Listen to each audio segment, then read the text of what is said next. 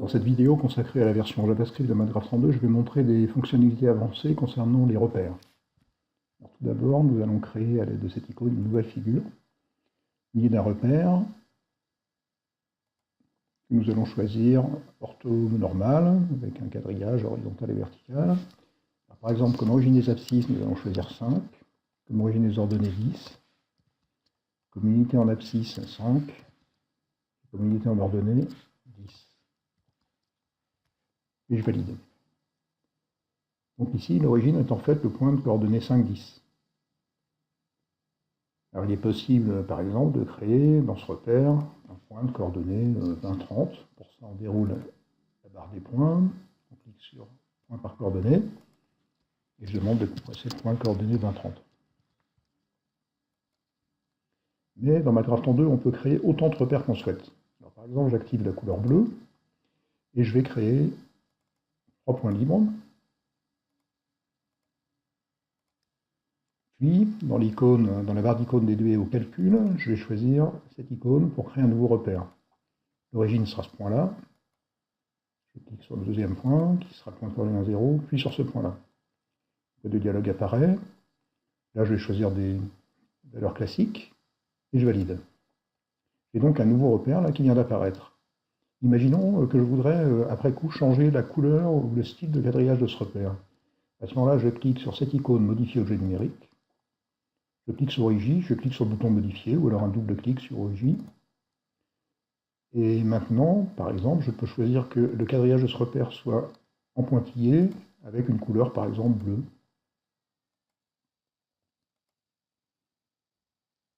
Voilà. Mon bleu est tellement clair qu'on ne voit pas trop la différence, mais c'est bien du bleu clair. Maintenant, mettons qu'en rouge, je veux créer un point libre à coordonnées entières. Donc je clique sur cette icône. On me demande de choisir maintenant lequel des deux repères contiendra ce point. Alors je choisis par exemple de le créer dans le deuxième repère. Je clique à n'importe quel endroit, j'ai un nouveau point M qui vient d'apparaître, et je peux le déplacer, mais il restera sur les cases de quadrillage du deuxième repère. Dernière chose, je vais montrer par exemple dans cette couleur qu'on peut aussi créer une droite en donnant son équation dans un des repères. Alors par exemple là je vais me placer dans le premier repère et je vais demander la droite d'équation y égale moins 1/2 fois x plus 20 ou plus 30. Je valide, ma droite apparaît. Si après coup je veux modifier l'équation de cette droite, je clique sur l'outil de modification d'objet graphique, je clique sur la droite, et je peux aussi entrer une équation qui ne soit pas réduite, par exemple 20 fois x, non 2 fois x, plus 3 fois y, moins 50 égale 0. Et ma droite est modifiée. Alors nous allons maintenant créer une nouvelle figure, munie d'un repère. Alors ce coup-là, attention, nous allons choisir comme unité le radian. Et nous allons choisir un repère orthogonal, avec des unités pour le moment classiques. Je voudrais modifier de façon dynamique l'unité de ce repère pour que ce soit 1, soit 10 puissance moins 1, soit 10 puissance moins 2, etc. jusqu'à 10 puissance moins 5. Pour ça, je vais utiliser un curseur. Alors en bleu, par exemple, je clique dans la barre des calculs sur l'icône du curseur, je clique en haut à gauche de la figure, et je demande un curseur horizontal de grande taille, avec pas, avec graduation. Comme valeur mini, je vais mettre 0, comme valeur maxi, 5, comme valeur du pas, je vais mettre 1.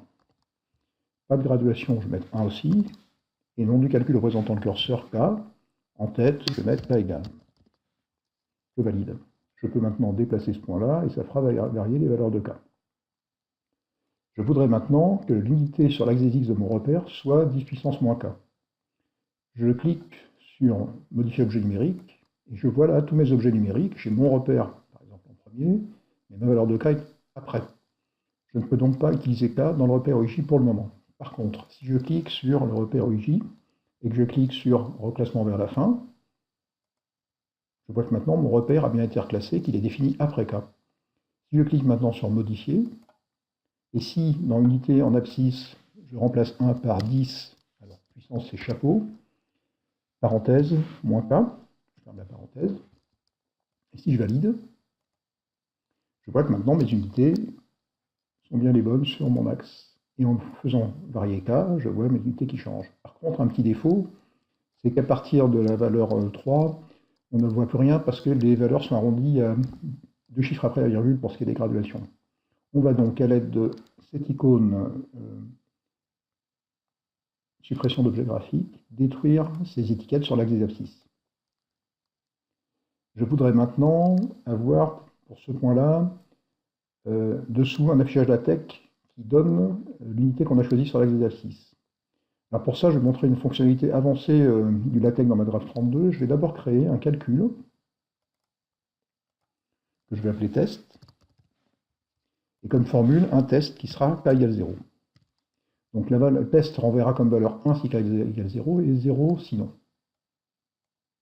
Maintenant, en rouge, je vais dérouler la barre des affichages et je vais demander un affichage LaTeX lié à un point. Alors je vais le lier à ce point. Je vais le lier de façon à ce qu'il soit centré et au-dessous. Et puis, comme code LaTeX, je vais utiliser un code spécial interne à ma graphe 32. Alors, anti/if avec un i majuscule. Ensuite, à l'intérieur d'une accolade, on met le nom du calcul ou de la variable qui sert pour le test. Ici, c'est test. Voilà. Dessous, pour que ce soit plus lisible, entre accolades, on met ce qui sera affiché si test vaut 1. Donc si test vaut 1, on affichera 1. Et dessous, entre accolades, on va mettre ce qui sera affiché si test n'est pas égal à 1. À ce moment-là, on affichera 10. On met du code LaTeX, puissance. Et puis, entre accolades, à l'intérieur de l'accolade, on va mettre moins et on va demander une insertion de valeur pour avoir un affichage dynamique de la valeur de K. Donc je vais chercher K. Et je vois ici à droite mon affichage qui est correct. Je vais aussi demander un effacement du fond. Je valide. Je décale un petit peu avec mon outil de capture mon affichage pour qu'il soit un petit peu plus bas. Voilà. Maintenant, en bleu, nous allons demander une courbe de fonction. Donc on va d'abord créer la fonction, on aura sa courbe en même temps. Je déroule l'icône des calculs, je clique sur fonction réelle, f de x égale, monte la fonction petit f, variable je laisse x, et comme formule, je vais mettre sinus de 1 sur x. Je vais laisser cocher la case tracé courbe et je vais demander 2000 points. Je valide. Donc voici ma courbe qui apparaît. Je peux agrandir l'unité sur l'axe des ordonnées si je veux. Alors je constate maintenant que si je fais varier la valeur de K, je vois comment la courbe est construite. Donc ça permet de voir que plus on se rapproche de l'origine, plus il y a d'oscillations pour la courbe. Alors évidemment, au bout d'un moment, on a des aberrations. Dernière chose, je vois que mon affichage LaTeX là, est un petit peu caché par la courbe. Alors je vais utiliser cette icône là, qui permet de voir certains outils qui servent de façon un peu plus rare. Et je vois qu'ici, j'ai reclassement vers la fin. Ça sert à reclasser le plus possible vers la fin un objet graphique. Je clique sur mon affichage LaTeX. Et je vois que maintenant, il est bien affiché après la courbe. Voilà, fin de cet exemple.